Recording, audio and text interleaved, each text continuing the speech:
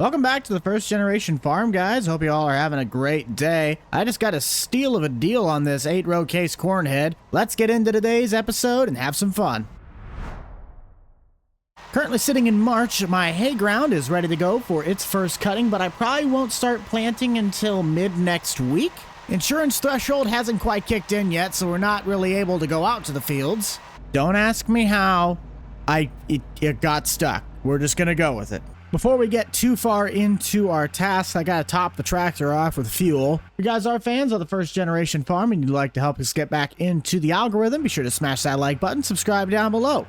As mentioned in the last episode, the neighbor that I bought this field from does have a mower that I'm gonna go and use. My belief is that there is also a rake up there, and I'm really gonna hope so, because if we don't, then we're gonna have a lot of passes to pull with that little square baler. Countryside is looking beautiful. Farmers are getting ready to start seeding in the crops. My crop's already ready to go, though. Look at that nice green plush area. Almost looks like a giant pillow. Part of the goal over the next 2 seasons is to get into the animal operations. But with our current financial situation, that's not very feasible. But what is good is, yes, he does have both the rake and the mower. Let's get ourselves into the field, start cutting some hay. I believe the funniest part about the hay DLC is I was on Grant's rear end for so long going, hey Grant, when am I going to get that baler? And we went back and forth on it for I don't even know how long. But the joke of it was I was going to make a short the first day it ended up coming out, and I never did. So this is the first time I have done anything with the hay DLC. Looks as though we're getting a nice, really strong swath coming out the back of the mower. I did not compensate for the power poles.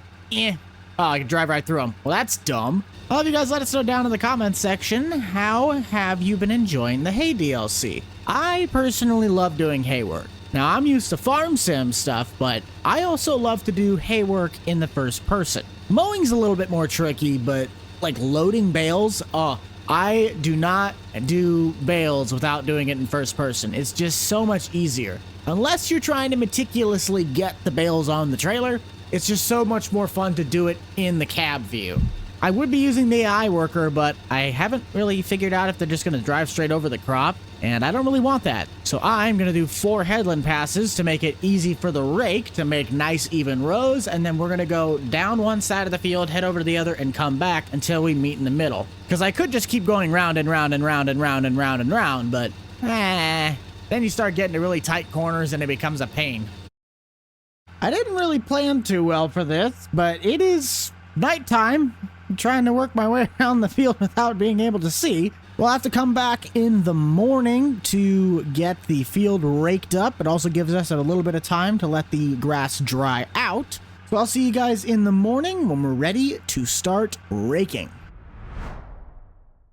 I left the tractor over at my neighbor's, but I'm going to bring the baler out with me to save some time and travel. I will have to put fuel in the truck, though. I do not want to run out of fuel like I did last time. That part was, of course, off camera. But forecast is looking to be really, really nice for baling weather, and as you guys can tell, it is now April, so we are officially ready to start planting. I would like to get the bales done first, so those are out of the way, plus we get a little bit of extra chunk change before we even get started, and that'll help with our seed costs. But in the meantime, we have some rows to rake, so let's get back on the 1206 and make some nice, pretty swaths.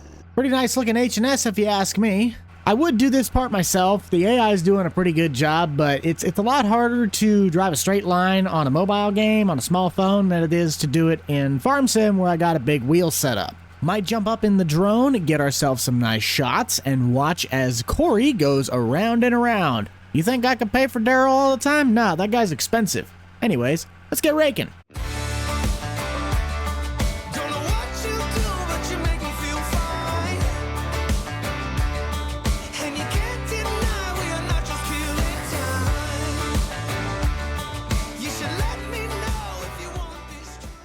My one pet peeve is Corey did not lift up the rake when he ran around the corners, so he kind of like ruined the end road that looked really nice. So I'm going to fix that before we go and grab the baler. Something that I am noticing that is a lot nicer than old farm sim games is if anybody recalls back in the day when you used to do hay work, if you had the hay go outside the boundary of the field or the straw swath out the back of the combine, it used to like delete it. Like you would lose that straw. I could see that the grass actually goes outside the boundaries of the field. So that is beautiful. Thank you, Squad Built. I should probably head back to the house though and grab the bale rack, because then I can just auto-load it as I go rather than having to go back and pick them up. Yeah, we'll do that first. To the 6 below we go! We are going to have to talk to the co-op though about getting some pre-emerge weed killer down on our corn crop once we get that into the dirt, because I would like to have my crop, you know, perform the absolute best that it can. And I think a good way to financially fund that is with the bales that we'll be able to sell. Farming is definitely not cheap, but you can do things intelligently if you know how to manage money. I just don't know how to do either, and that's blatantly obvious. We will make our lives a lot easier when this rack is full of bales or however many bales we get. We're taking it in with the truck. I'm not taking it in with that tractor. Okay, now on to baling. Oh yeah, look at them things stacking up. These bales stack up relatively quickly when you got full-blown rows. The top and bottom of the field with those gaps, you can't get any bales to go through because there's no material. These blips just don't pull as much as, you know, a full swath. I'm not too sure what my goal for a hay rack load is, but I'm hoping I can get at least about $1,000. Is that too much to ask for? Where's my silage bale operation when I need it? Square baling at 10 mile an hour is crazy work, though. That is wicked fast. I feel like you'd be jamming the bejesus out of this thing. I don't know if we have enough material to make a full rack. It's looking like it's about 3/4 full, or at least halfway full. Maybe. Just put out a prayer. I don't think I need to be too concerned. We still got 4 really good passes left. And in reality, if we only get a couple $100 out of this, then, I mean, it's better than nothing, but it's going to take a couple cuttings before we can, you know, pay off the difference of what the machinery costs to do all of this. And I really couldn't have picked a better field, because if I do end up filling the rack on this only once, that's easy to remember for the math. 1 field gets 1 rack of hay. Oh, this is going to be close. Last pass. Can we get it to be a full stack? Come on. Come on. Don't leave me with 1. Please don't leave me. No! Oh, we are finding a way to get that bale. I will make more cuts. We are not leaving it with 1 extra spot on the rack. Absolutely not. Somebody get the mower. Where's the next patch of grass? That is... Oh, that makes me mad. Check every spot imaginable. There's got to be some scraps laying around. There's 1 little blip up here, but there is no way that is enough to actually fill up the baler enough. Yeah, that is rough. Dang it. I was really hoping to get that last bale out of there. At least we know in the end, it does give us 1 bale short of a full rack in this field. Oh, nope, we don't. No, we're not dancing. We're not kicking it. We're unhooking it. Aha. I know the hay rack is needed for baling. We're just not taking that in with the tractor. At some point, if I end up getting into round bales, I might actually end up putting a flatbed on this truck so I can haul another bale on the bed of the truck. Could I load it into the bed of this truck? Yes, but I would rather not ruin a perfectly good 6.0 box when I could just put it on a big piece of metal. Head to our local bale sell point and see what we can get for this rack. Big round bales only bring like $75 to $100 depending on the grass that you work with. So I really don't see this making more than $1,000. $6 a bale. $714. That could have been a lot worse. But hey, if we expand the hay ground and get more grass to cut, we can make a lot more money. We'll use that as our payment though for the corn seed that we're going to need to stop by the co-op to get. So let's head on over and get the planting operation started.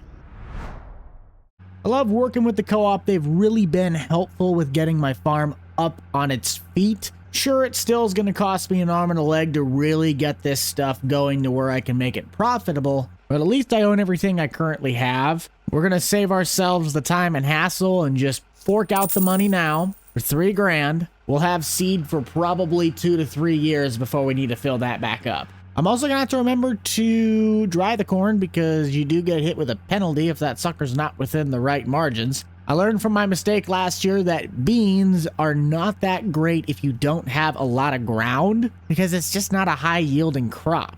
I'd probably end up having to own that field 7 just south of me if I really wanted to make a bean crop be as profitable or at least as volume filled as my corn ground when it's fully fertilized and packed with nitrogen. I want to start off with this field first. That way we can get a good feeling for the new planter. Pretty square edges and nice rounded corners. Makes for a perfect test subject. Corn has been selected. Let's get planting.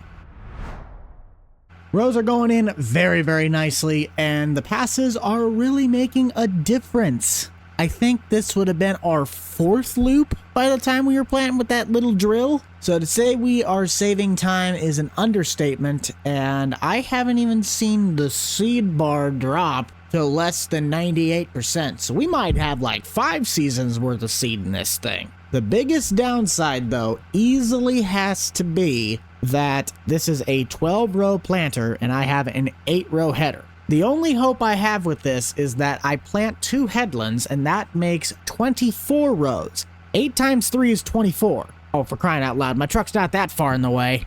In theory, 24 rows will get us the correct amount of headland passes, but if we were running 2 different hybrids, 6 on one and 6 on the other, it would screw up the monitor on the combine. Well, it's not. It's all the same hybrid, luckily. At some point, if I can upgrade to get the header to be the same size or half the size of my planter, that is going to be the optimal thing to do. But until then, I'm just going to be up here on my pretty red tractor. Have you guys head down to the comments section and let me know what's your favorite brand of planter. Obviously, we only have Case IH and Landall in the American farming, but there are multiple brands, and some of them which specialize in doing equipment like this. So let us know down below. I think we'll shimmy our way over to the bigger corn ground, and I'll get back up in the drone, put Daryl on the seeder because I learned my lesson from putting Corey on the rake, and we'll get the rest of this corn crop put in the ground and be ready to start spraying and fertilizing for the upcoming crop season. She's a little bit crazy on the weekends,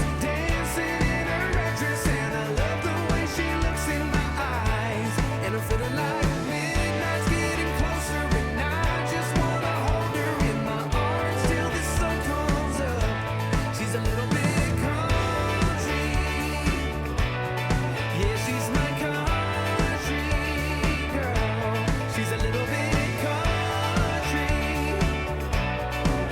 She's my country girl.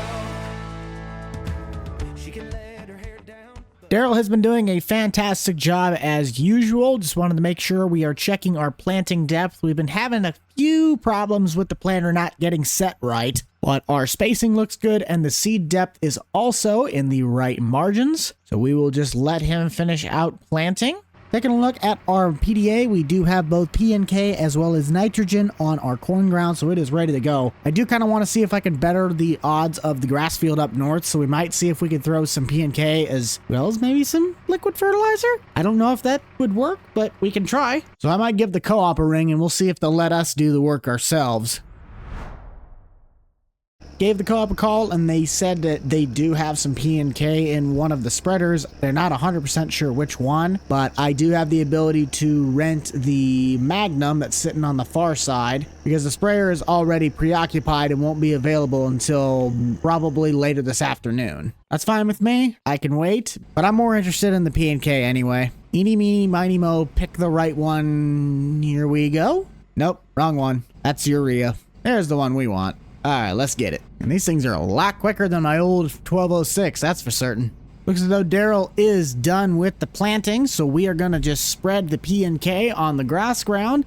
We are spreading. Yes, indeed. That is covering. Let's take a look at our map quick. Yep, that is working. We will come out with the sprayer to help boost that yieldage, so I will be interested on our second cut what that's going to do for our turnaround on the selling. Because I know we'll get at least a full rack of hay if this stuff is fertilized. And if we spray it as well, maybe we might get a rack and a half pushing us over the $1,000 mark when we go to sell. What's nice is it's only going to take like 10 seconds to spray this thing with the giant case. So I am not too worried. The way I will quote unquote buy the P&K and liquid nitrogen from the co-op is I just head back down and I fill them up to top it off. That's kind of why the money situation's all screwed up, because I was working on the sprayer and I didn't realize that when I hit the button it started messing with the money, and now I don't remember where I was at. This stuff's pretty cheap though, to be quite honest, and I don't think it's going to take very much to actually fill them back up. The amount of material we're going through is literal peanuts compared to the size of fields this stuff is used to spreading on. And with the last pass, I think that is going to do it for us today, guys, back on the First Generation Farm. Thank you all so much for tuning in. Be sure to smash that like button, subscribe down below. We'll see you guys all later in the next one. This is Squad Farms out. Peace.